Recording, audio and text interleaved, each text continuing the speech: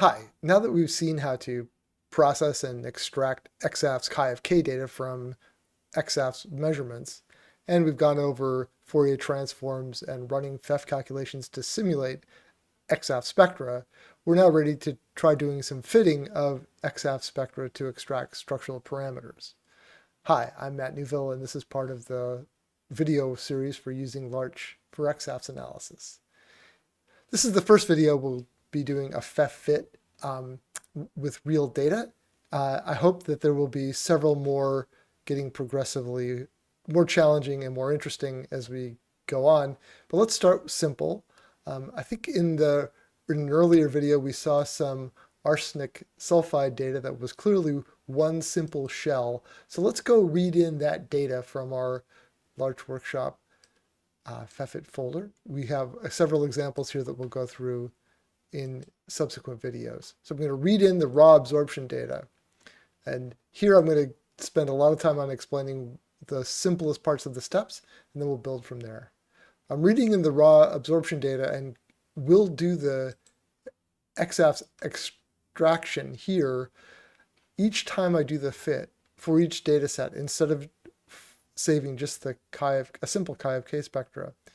And that's because in addition to saving having the KIFK when we do the background subtraction, we also get an uncertainty in the XAFS KIFK derived from the background. And that's a very valuable measure of how much uncertainty there is in the KIFK data, which is when we do fits, it's important to have an understanding of how much uncertainty there is in the data. So I'll be doing that for each step. And as you can see, it's pretty easy to always start from U and go to KIFK. If you need to work on that a little bit, that's fine. You can also save these parameters in a project file. But let's get on to simulating and fitting the arsenic sulfide data. We'll go to this Feff Fitting tab, which will show fitting space. So the way in which we fit the data, we'll use fit in R space. So we'll Fourier transform the data and do the analysis in R space. We give Fourier transform parameters and fitting ranges. I'll come to those when we're ready to do the fit. We have some plotting options for plotting the current model that we build. And then we have a set of variable parameters that we can vary for each path in the sum. But first we need to go get those paths. And for this set, I'll start with finding a SIF structure, all the way from finding a SIF structure. And this is, I could search by element. This is arsenic sulfide. So we're going to pick structures that only have arsenic and sulfur. There's still a lot of them. And I think I want to start with orpiment. Maybe I'll find one that's later than 1927, but let's look at this one in particular. Has a set of arsenic and sulfur atoms in the unit cell.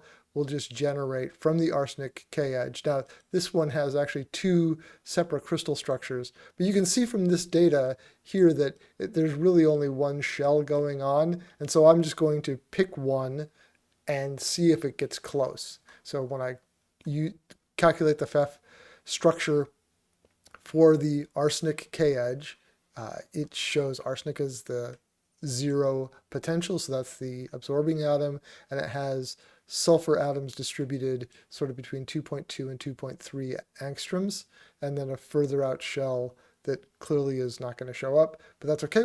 So I'll shorten the cluster size to 6 angstroms just so it runs a little faster, and then I'll hit run Feff. So again, as we talked about in a previous video, this stores the path contributions for each path, and we can browse through them. Now that we're done with this, then it shows that list of paths here for the arsenic K edge of orpiment. I'm just going to put this away for a second. We'll come back to these calculations again. We'll do more as we go, but for this video I just want to do a simple single shell fit. So I'm going to then go to Feff and browse the Feff calculations that we have done. And you'll see that we had done this set in an earlier video, so those are still in our data set, in our Feff folder under the username Larch, Feff. So for the arsenic K-edge of orpiment, we have these paths. We have a two-legged, so that's a single scattering path. There's one of them, and that goes from the absorbing arsenic atom to sulfur. And there's a one at 2.2, 2.2, so very close, and then one at 2.9. I'm just going to bring in the one path, simulate this as just one path. I recommend that you always start this way. Let's just get started and see what this wants us to do. So I'm going to say import path. That leaves this up in case we want to bring more paths up, but it puts it in the background. And now we have here in this section down here, we'll have a list of paths. They're labeled. So that's sulfur at 2.29 angstroms or 229 picometers. It's got a label there. You can change the label if you want to be a meaningful name for you. For this example, we'll just leave this alone. And it sort of defines what this is. There's one of these paths. Now we know that from the reading in that structure that there really should be a coordination number higher than 1. In fact, if we go back here, it looks like it should be around 4 sulfur atoms. So I can adjust that here. We also have, I'll go through this in more detail slowly. For now, I also want to just plot these contributions. So I'm just going to hit plot F of K. This is the scattering amplitude and phase shift for that path. Okay, that's a real result. It helps that helps me look at that and say that I believe that that's real for arsenic and sulfur. It's good. Now in the structure, we're going to model the structure as a sum of paths, and each path can have several variables or parameters that go with it. In the structural model for XAFS, in the XAFS equation, and there are links to write-ups about this in the folders of data that have been sent to you, or you can find in the video description, in the content description for the video, describing the path parameters for Feffit. We have an amplitude factor. In XAFS, and especially when using Feff, there's usually an amplitude reduction factor, or S0 squared or S naught squared, depending on where you live. And the amplitude is the coordination number, which this read in as 1. So it's the coordination number times that S0 squared parameter. So here we're just going to write a little expression, a little mathematical expression for that amplitude. The amplitude will be taken as 4 times S0 squared. And S0 squared could be a variable in our fit. We also have an E0 parameter for each path, and that may be the same for all paths, but it may not be. Here we're going to assume it is, and we'll have a parameter named E0. We'll also be taking the distance calculated by that Feff calculation and refining the distance. So we're going to have a delta R parameter that will change the distance from 2.29. So this parameter will be close to 0, but will be added to, that delta R will be added to this starting effective distance for the path to give the final path distance. We'll also include a sigma squared, which gives a distribution in the distance that's typically used for an XAFS like the Bywaller factor. It's the standard deviation of the distribution of distances. We can add a third cumulant or even higher. For more disordered systems, we can talk about how you might just do a sum of many paths that are to give a histogram sort of approach to the distributions of distances in a more complex structure. We can also add an imaginary part to the energy that modifies the mean free path for the photoelectron can be refined. That couples most closely, strangely, with the amplitude reduction factor S0 squared. It's available here, but I won't give any example fits using that unless there's request for that. So this will describe, so each of these, it's important to understand for this, for the way Feffit works in Larch and how it worked in Artemis and Feffit going back many years. that for each path, there will be these parameters, but we don't vary those parameters directly. We vary a set of variables and then write the path parameters as functions of those variables. That means that when we get to more complex structures with more paths, we can easily constrain parameters like S0 squared or E0 to be used for all paths. And you take the same value even though it's a variable. We can also have some parameters be fixed or tied to other parameters or written as complex expressions of a set of external variables that we fit in the modeling. So we have these defined here, and you might be wondering, well, where do those come from? And here in this parameters tab, when we brought in that Feff path file, it knew to parse those path expressions and build a list of parameters. And here, here these are really the parameters that will or could be varied in a fit. So this is much like the parameter set shown in the pre-edge peak fitting in a much earlier video. So here S0 squared we'll start with a value of 1, and that's a variable, and it's constrained or it's bounded to be positive. It can't be negative, and it can have a maximum value of infinity. You could set that to some other value. E0 is set to be a small value, and it's also variable, and it's bounded to be between minus 25 and 25. That's sort of taken to be knowingly absurd values for E0. If E0 exceeds 25 in either direction, you've done something's gone wrong, and the fit isn't working very well. Similarly, for delta R, we start with a guessed value of 0.01, and we're going to vary that. We could fix it if we wanted to, and just say fix that value, don't allow it to vary in the fit. But it's also been set, the R values are set to have bounds between minus a half, and plus a half in angstroms.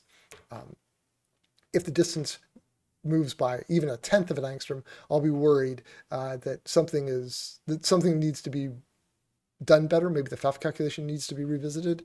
But if it varies by up to a half angstrom, then something's gone definitely wrong with the fit. And sigma squared, again, that's the variance squared, so that's got to be a positive value. So we've set that. So that's by default been set to be 0, have a minimum value of 0, so to be positive. You can adjust these. You can say it's unbound, and in fact, none of those are unbound. They could be unbound. Actually, leaving many of these unbound will be fine. The E0 could just be left unbound for this. So we have our data here, and we have our model with our one path of sulfur at 2.29 angstroms, and here are the values that are going to be taken based on those parameter values. So if I change E0 to be 0.05 here, or even 2, then if I go back to this tab, then now this value is set to be 2, and delta R is 10 to the minus 3. You could leave that as 0. So let's just do a plot of the current model, and we'll plot the data in R space. And here's what we have for that. We have our data shown in blue and our model shown in red. And we can plot the real component. Actually, as discussed in earlier videos on Fourier transforms, plotting the real or imaginary, by default, the real is available easily in all of these windows, is a good thing to do, because those oscillations are really part of the story. The Fourier transform has a phase and an amplitude. It's easiest to look at the amplitude. The phase is very hard to understand, but the real and imaginary parts are what is actually used in the fit. So we could also plot. So let's go back to looking at the data range that we want to use for the fit. If we go back to our XAFS, actually I could plot this with the model in chi of k. So we want to fit. And you can see that they're pretty far offset in a way that's maybe interesting. So if I just change this E0 parameter to minus 5, and plot the current model, then that's shifted even more. So the model there in red is highly dependent on E0. That sets the sort of where the 0 of K is, and so shifts that. So that looks already better. It's not important. It's not always super important to get these starting values perfect, but that's a little better of a starting value. It'll probably refine a few EV away from that even. It also looks like just from the frequency of the oscillations, you can see those oscillations, or if I show that in R space, that now that looks better. It's sort of better in here, but maybe that distance will refine a bit. But we also want to look at these data ranges. So in K space, the data really goes from about 2.5, that's good, up to 15.3. I think that's reasonable. It's optimistic to say that the data goes out to 15.3. I might just be honest and say that the data really only goes out to 14 inverse angstroms. And we're going to do a Kaiser-Bessel window with a decay of 4. That's a nice smooth window. And when we Fourier transform, that gives these views of the data. But now to fit, we'll start with R min of 1. Actually, I'm going to go back to the XAFS panel because we used RBKG of 1. So we sort of spent all of the information from 0 to 1 angstroms on doing the background subtraction. So it's important to start the fitting at least that value, maybe even higher, but we'll just leave it at 1, that's fine. But our max is default value of 6, and that's going to fit way out here. We're not even trying to model that data well, so I'm going to pick that to be, I'm just going to click and pick here, something like 2.5. That's a nice round number. I'll pick 2.5. Actually, this didn't get that. When I go back to from the XAFS panel, it fills in the value that was on the XAFS panel for Kmax. But now that it's set there, it will use that. So again, we'll plot the current model, and now we'll just hit the fit button. So this is going to adjust all 4 of these variables to try to model this arsenic-sulfur data. So I'll hit fit, and that's the fit. There, this page comes up showing the data set we're fitting, and fit 1 is the most recent fit. It shows the fits in order. It will remember them. It shows the number of data points, the number of variables, the number of independent points, the number of maximum parameters we really ought to be able to fit to this data, a measure of how much information is in that portion of the spectra in that Fourier range between 2.5 and 14 and 1 and 2.5 angstroms. And that we've used 4 variables out of the approximately 12 independent variables. We got a chi-square value. It's not great.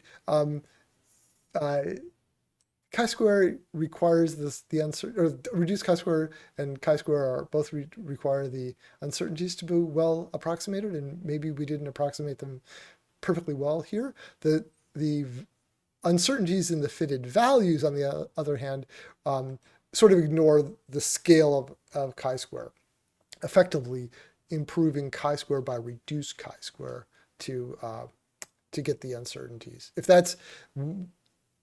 that should be covered well in a lecture on how to analyze XAFS data.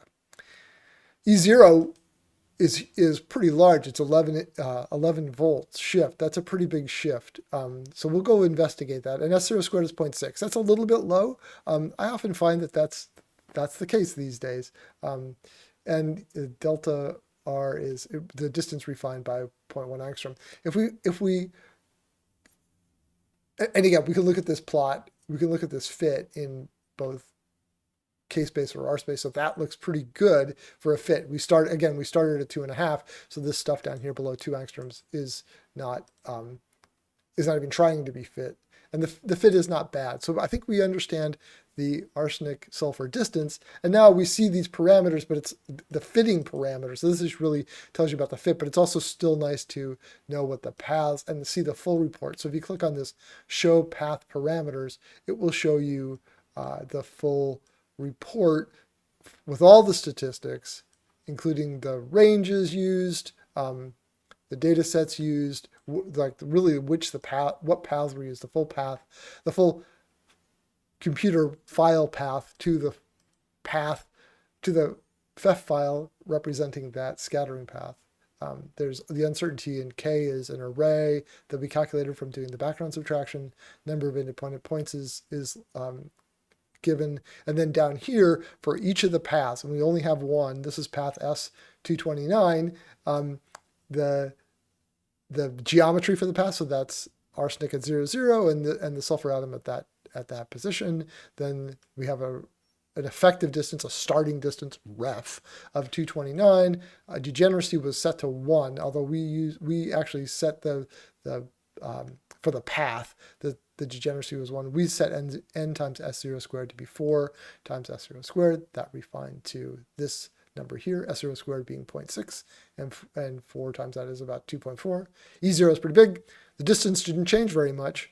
And there's a tiny change in distance, and there's a sigma squared that's not an unreasonable value with uncertainties for all of them.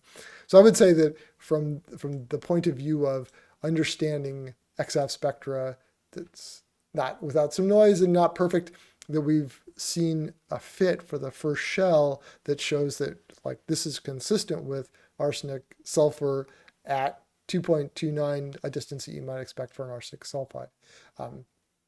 So then from this report, you can save this report as a file, as a text file, or copy and paste all the information. And I will also say, I've brought this up in a few videos throughout this series, but I'm going to bring this up now because we'll get to this later as well. This also can show the entire script, the entire Larch domain language or Python script that would reproduce the script, that fit. It'll even show you how to get the data, how the data was read in, some information on how the data was read. In fact, it's sort of two for both because it shows you all the processing steps. But then down here, we've created some Feffit parameters and we've defined paths. And so this is the code that's actually run to do the fit. And if you would like to save this and reproduce it, you can reproduce that fit or alter it to do similar analyses on lots of spectra. So that's the simplest one shell Feffit fit for arsenic sulfur data. We'll do more of these throughout the series, but that's a good start. So if you have any questions or comments about how this was done or what this means or how to apply this for your data sets, leave them in the comments sections below or send email to the appropriate mailing lists or to me. And we'll see you in the next video where we do a slightly more complicated Feffit example. Thanks.